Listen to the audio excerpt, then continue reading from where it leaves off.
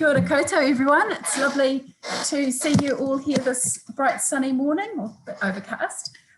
It's my pleasure. My name's Anne Patel. It's my pleasure to introduce Marie Hirst and her wonderful upcoming workshop on fractions on the AMA online. It's wonderful to be sharing all this knowledge on a Saturday morning with all you lovely people and maths educators.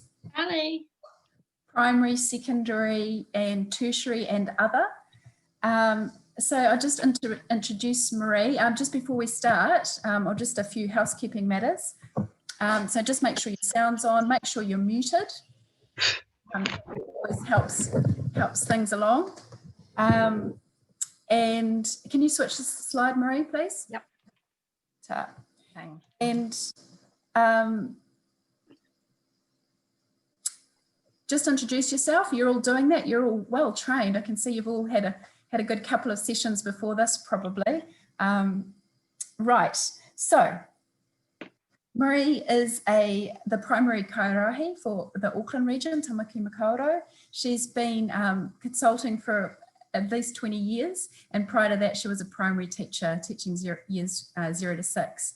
And I'm sure she's going to have some really interesting things to say about fractions for us today. Laying firm foundations, need to be firm, they need to be solid, concrete solid, Marie. And yeah. Looking forward to hearing what you're going to say. So welcome everyone, and we'll get started. Nā mahara mai ki tēnā hui. Welcome everyone. Thank you for that kind introduction, Anne. And yeah, another Saturday morning has come around again. So we've got a short amount of time to have a think about fractions together. And as we said, we're going to talk about just some early fractional concepts.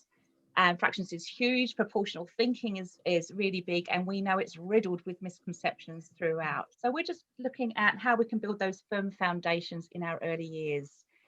And often I get asked around, are children ready for fractions? When we begin fractions, are they ready?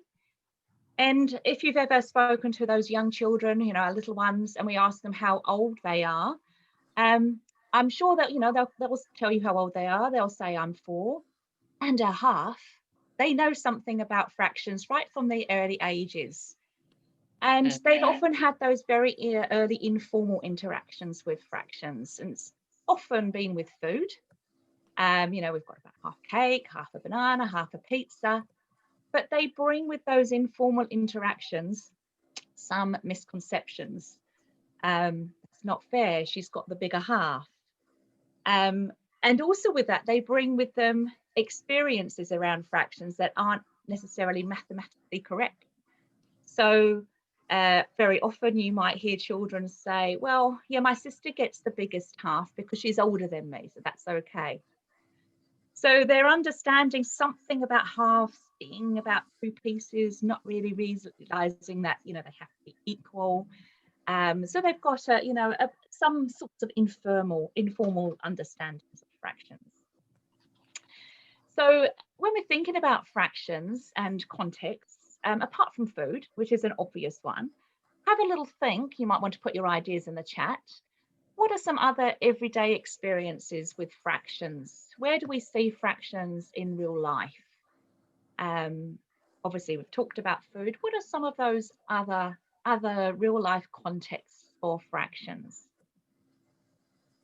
So there's many around. How many times have you looked up and seen the moon and seen it? There's half a moon. Or half time when we're playing a game of netball or football or rugby, whatever that might be. We've got obviously sale prices when we've got things like half price or a third off. 3/4 length pants, what does that mean? So there are fractions that we can use as context within all of our everyday lives. But why do we need to use fractions? Why have them? What are they about? So imagine we're measuring the distance along a wall, and we're using our feet to measure. And so we're counting. We've got 1 foot, 2 foot, 3 foot, but we haven't actually got room for that whole of the other foot. Although children would still believe, young children, that you could turn it around and it would still count as a whole foot, but that doesn't really work. So we need fractions when whole units, our ones, are inadequate for the task. So that's when we need in fractions. Here's another example. We've got 3 people, we've got 4 sausages. So how are we going to equally share those sausages? Well, we can give each person 1 whole sausage each, but what do we do with that one that's left over? How can we share that equally as well? Thinking back to that child who knows she's 4.5. She knows it's not a whole year. She knows it's somewhere in between a whole year. So when I go into schools and I'm working with children, when I have a group, I often start by asking them, well, what do you think a fraction is? And they come out with names. They think, oh, half, it's quarter, it's a third.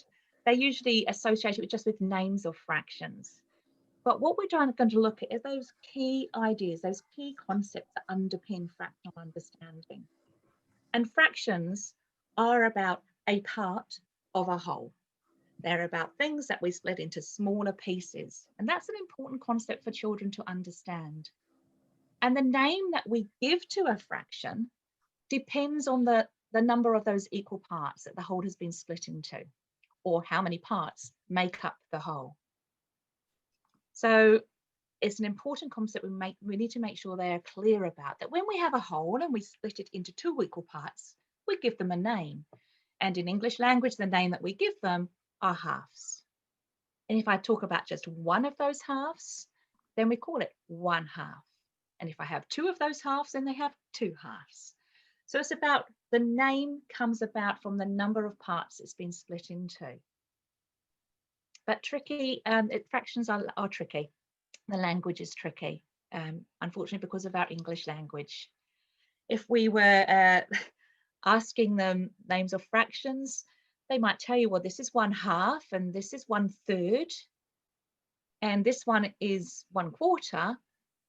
And then we show them this one, and they suddenly don't know. And it's because really, when we start fractions with halves and quarters and thirds, that they're special words. There's no connection between the word and the number of parts that the whole has been split into. It's not until actually we start looking at fifths and sixths and sevenths and eighths that there is a connection between the language and how many parts make up the whole. So we're going to try and make that language as clear as possible. And fourths, absolutely great for them to connect quarters as being fourths. Really, I suppose we should be calling thirds threeths, and our halves should really be called tooths. But they're just special words that we're using in our English language. So the language is tricky. Also consider the use of the language in other ways in maths. When we're talking about 1/3, we also have third being an ordinal number, like I am third in line.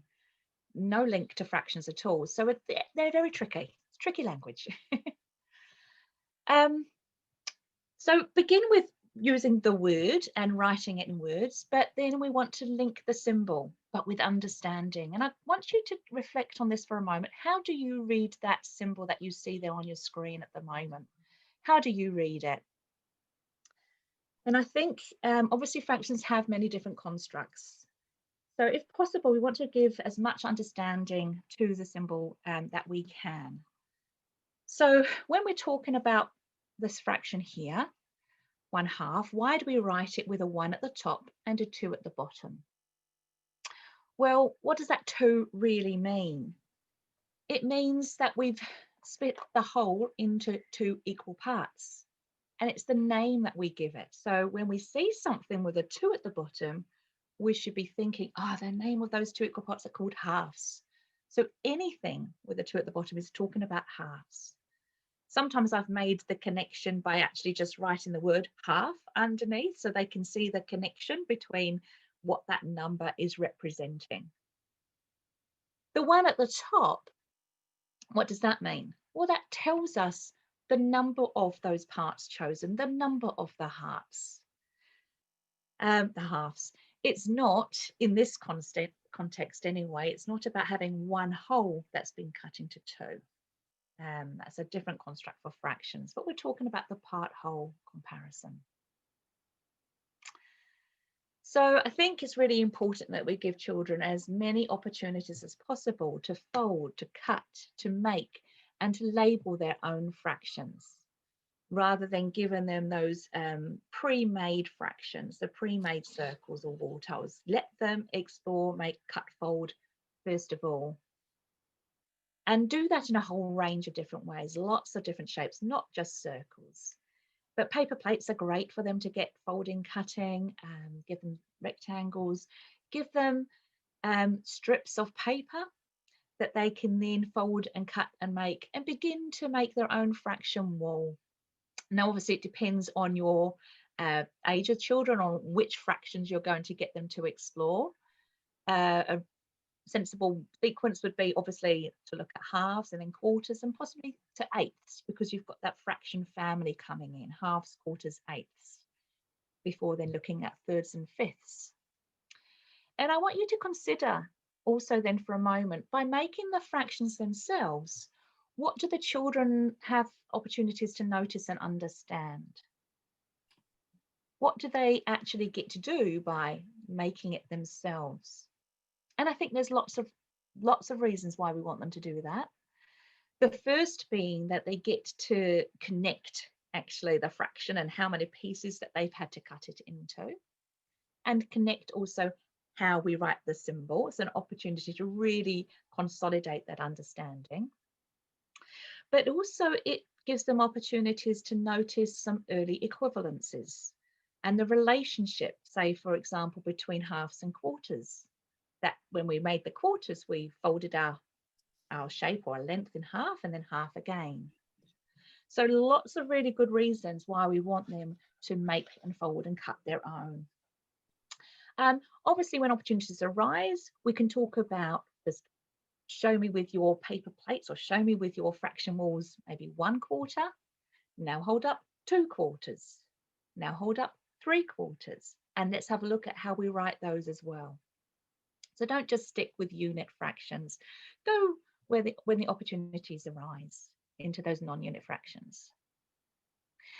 I saw this, I can't remember when.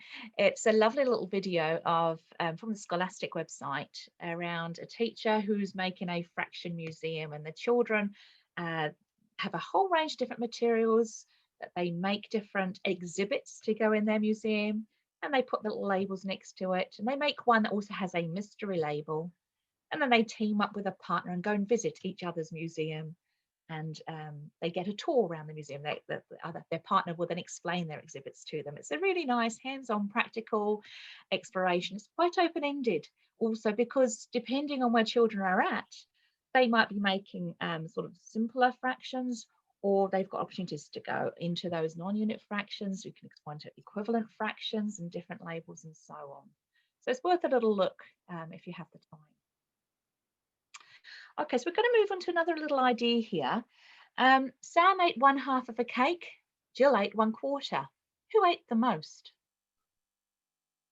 Now, I'm imagining when we sort of give those sorts of problems, everyone begins to think, well, Sam's eaten the most because halves are bigger than quarters. But let's have a look.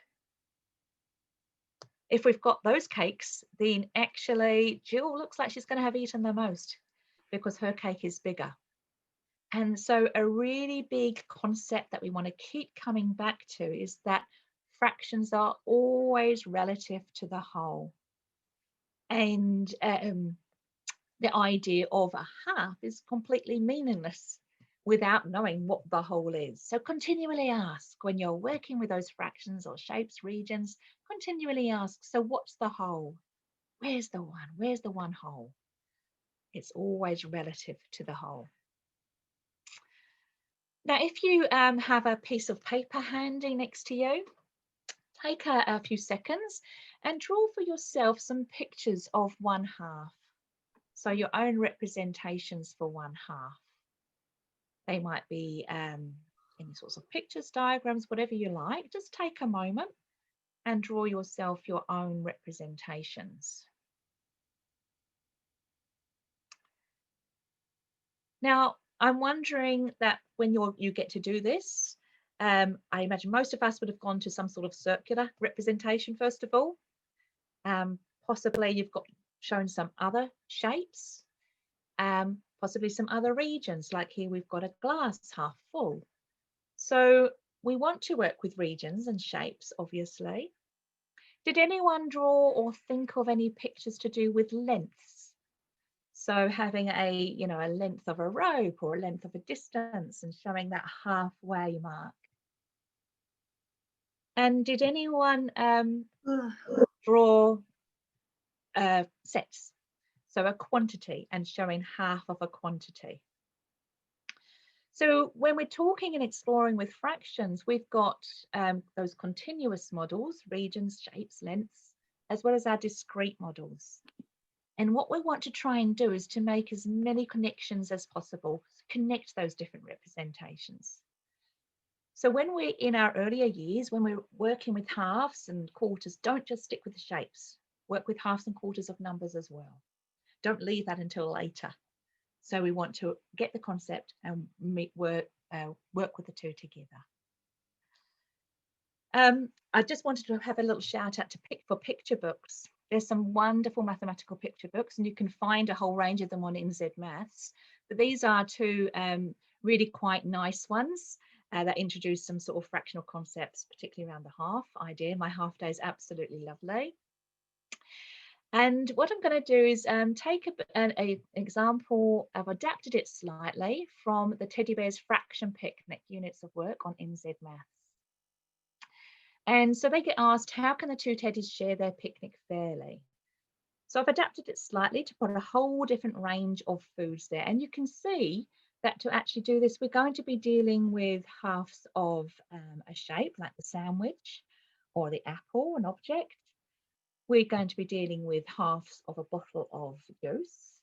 We've got halves of a length with our little lolly snake there.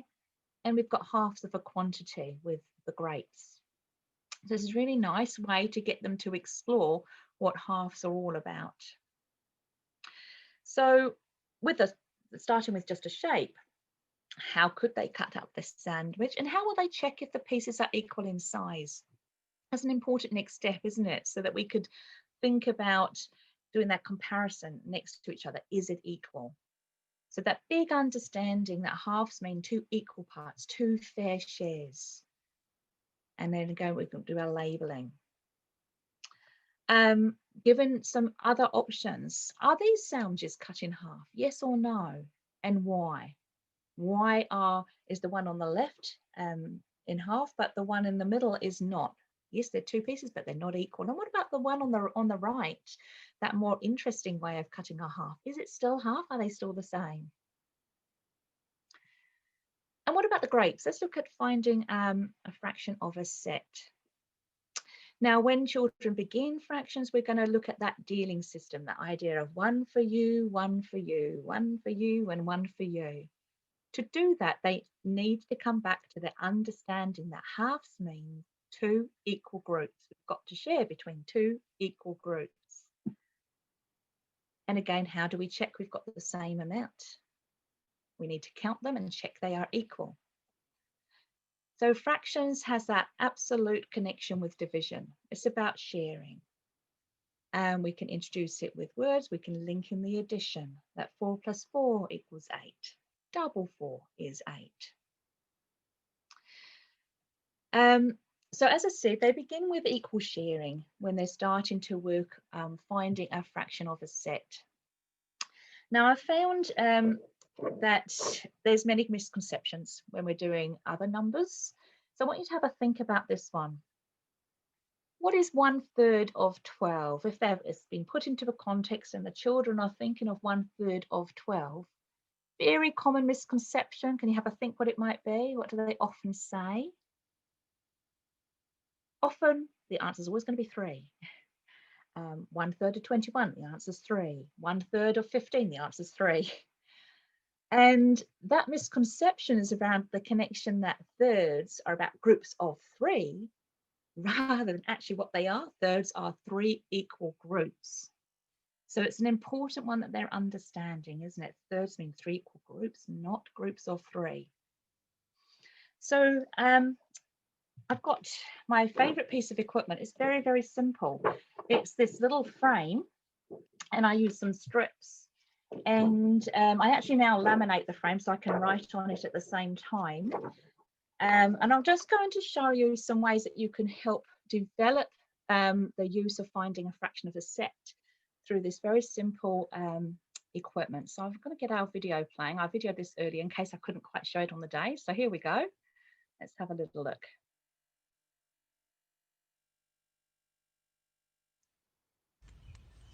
Okay, so they're finding a third of a number. And to begin with, we're going to have a look at finding a third of a shape and connecting that. And they might explore it this way, that we can see we've got 3 equal parts. Or they might look at doing it like this. We can see 3 equal parts. Interestingly enough, a lot of children want to do this when they're finding a third of this particular frame. Can you ever think why they might do that? I think it's because they've only seen thirds with circles. So it's a good opportunity to make sure you're exploring lots of different regions and different shapes. Okay, so the idea of trying to connect it with a shape or a region is that the children realise that thirds mean 3 equal parts. And when we're finding a third of a set, we want them to think of 3 equal groups, not groups of 3. And that's the big misconception. So let's have a quick look. We've made our third, and now what we're going to do is to look at our sharing equally between those 3 equal parts. So here we go. We've got our 12 cubes and we're finding 1/3 of them. So we can see that we've split our cubes into 3 equal parts, and point to the 1/3, which is this one here. And if I took those away now, we can see how we've made 3 equal groups. And we're again reinforcing that 1/3 is one of those equal groups. Okay. Okay. So they're finding. So that's just a simple way on how we can use those materials to get that concept going. But how do we move beyond equal sharing? Because we want to take the children a bit further once we've established what's going on. So this time we're going to have a look at moving beyond equal sharing, the same equipment. So let's have a quick look at this. So equal sharing is how children begin to find fractions of a set. Once they understand about the concept of equal sharing and how many parts and how many groups they have to share between. But how do we move them on from that rather than having to equally share each time? So let's take away the cubes. And what we want to try and do is encourage them to think about what number could be in each third. So we're thinking about the number in each of these thirds, and they have to be obviously the same number, they have to be equal. So what number do you think could be in each third? Well, they might start with trial and error. They might start by thinking, oh, if I'm working on 1/3 of 15, for example, is it going to be 3? So let's put 3 in. Well, let's have a look. If we've got 3 here, we must have 3 here and 3 there. But 3 plus 3 plus 3, oh, that's only 9, so it can't be 3. Let's try another number. All right, let's get rid of that. Let's try, it's going to have to be bigger than 3 because it wasn't enough, and they'll do some trial and error, or hopefully we're leading them to the idea of using their addition facts. So that we're finding 1/3 of 15, we can see it's 5 plus 5 plus 5 is 15. You can see how this also leads to the idea of 3 times something is 15 and leads into that multiplicative idea. Okay. So hopefully that's given you a quick idea on how you can use some very simple equipment to show that. So let's see if I can get back to my full screen. I'm not quite sure. There we are. All right. So as I said, very simple equipment, just a frame and some strips, and it's connecting what they know about finding a fraction of a shape to finding a fraction of a set, making those connections. And do make, as I said, introduce those non-unit fractions when the opportunities arise. We don't have to stick to just unit fractions. They can see it. Ask the question, what do I, if I had 2/3 of the bag there? There's a total of 12 lollies. How many lollies would be in 2/3? They can see it. It's very visual. I saw this once, and again, I thought this was a really nice activity for our younger students. We can bring fractions into any context, really. But I did like this one about the rainbow fish, and they've got to decide how many coloured scales using cut-up paper cake cases would be of each colour. So they're going to be thinking about, what does 1/3 of 24 look like? What does 1/4 look like? And so on. Okay, another concept. Start with the part and get them to consider what the whole would be. So if this is 1/4 of a shape, can you have a think about what the whole shape would look like? Are you beginning to imagine it now, what it could look like? Have a think. This consolidates the idea that quarters mean 4 equal parts that make up the whole. So you're going to have 4 of these. So this is perhaps one way that the whole shape could look like. Now, this concept about, as I said, going from part to whole, as well as starting with the whole and coming back down to the part, is an important one that they get to really consolidate the fractions and what it's about. Are there some other ways the whole could have been made up? That's not the only way. And so if we give them that 1/4 shape, they can then go away, draw, make, rotate, transform, and create their own whole monsters, or whole designs. So here are some other ways that perhaps they may have found the whole to have looked like. It's about taking that 1/4, and we know there's 4 of them that make the whole. A great opportunity to integrate fractions with shape and transformation and so on. Now, don't just stick with finding the whole with just using shapes and regions. You can do it with sets as well, with quantities.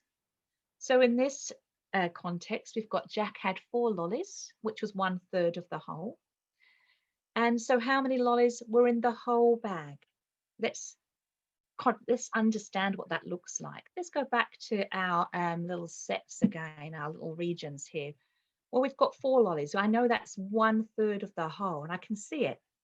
So now, how many would there be in the whole bag of lollies? And I can see, well, I'd have to have 4 there and 4 in each of the others. Now I can see that the whole would be 12.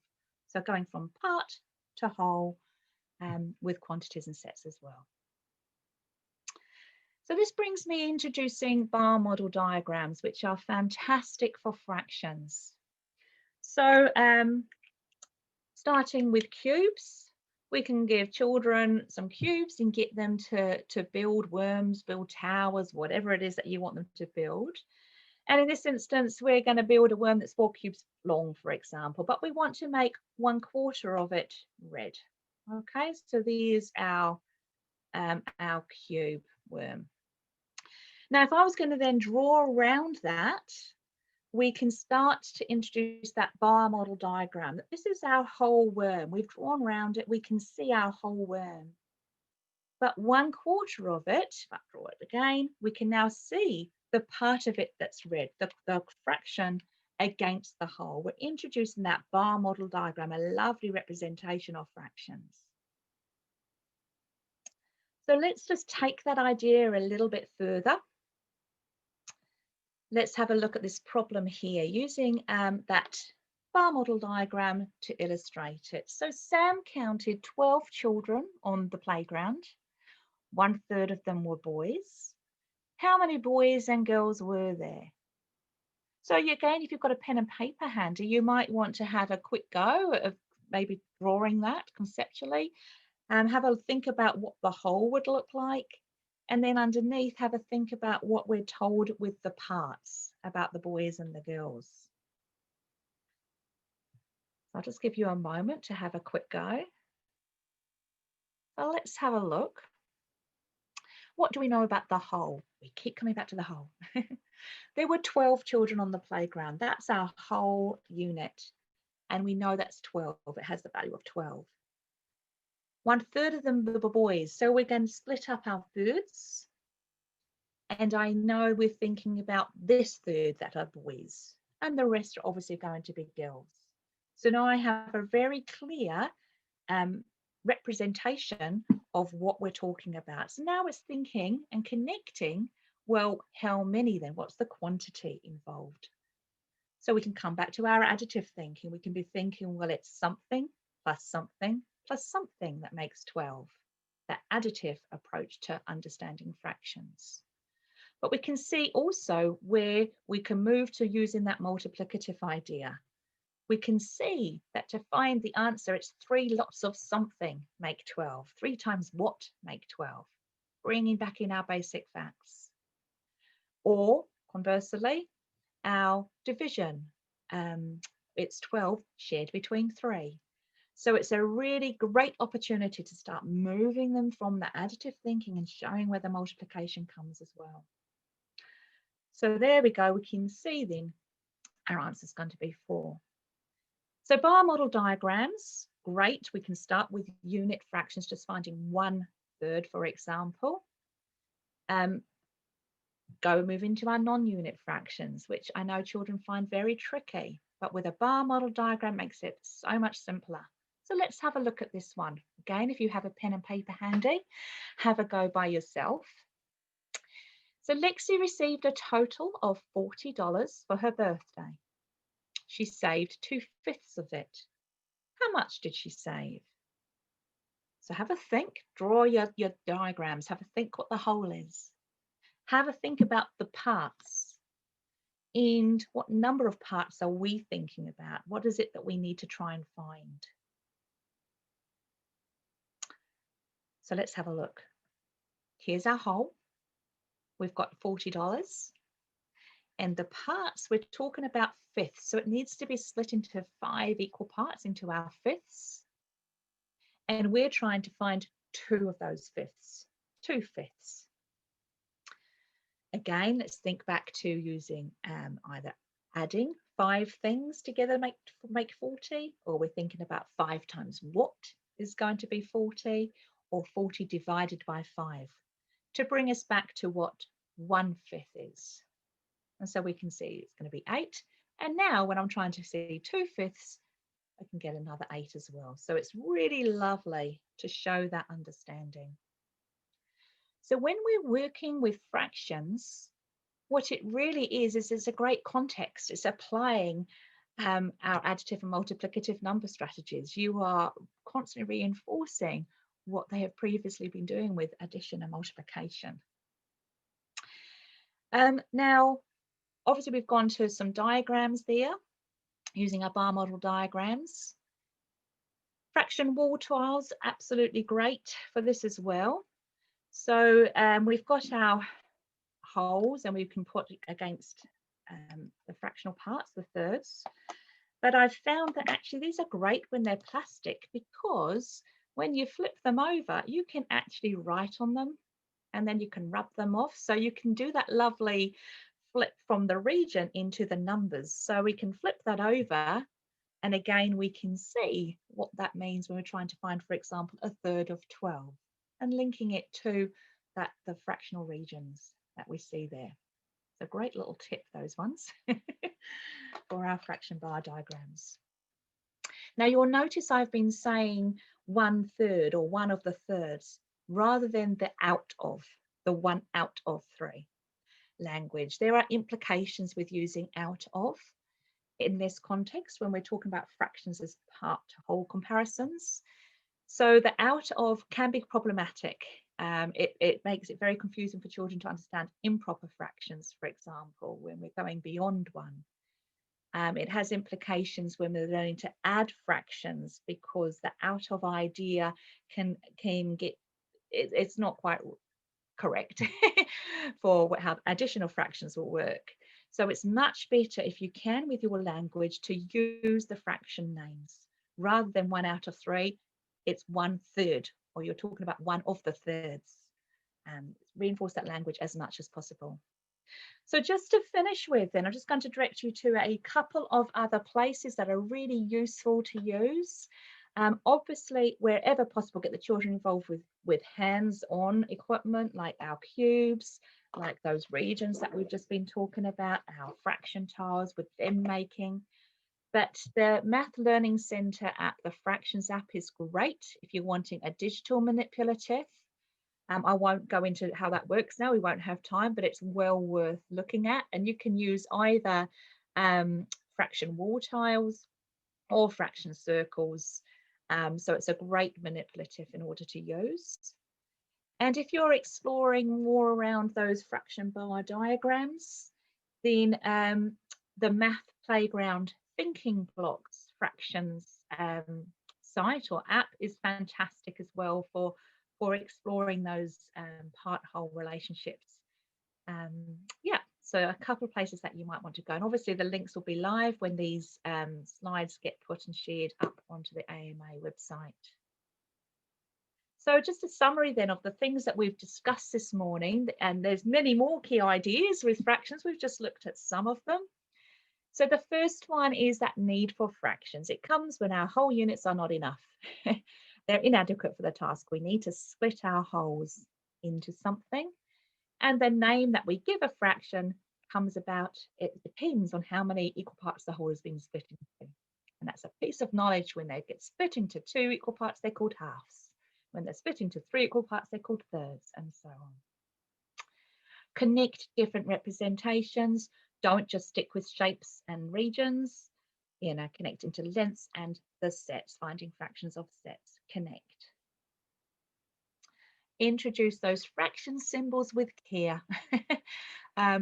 Start with the words, but introduce the symbol with good understanding about what that bottom really means. The words, the terms, denominator and numerator are great, but it's more important to understand the conceptual understanding of what those numbers represent. Fractions are always relative to the whole. And we need to keep coming back to what is the whole? What's the one? And that final one as well, which is make sure we're going from part to whole, as well as from the whole back down to the part. So thank you for coming, and hopefully you've got some good ideas to take away with you, teaching it through key concepts and ideas rather than just lots of different activities. If we can get the key ideas really firm, then we can really develop their fractional understanding. So I like that fractional thought for the day there.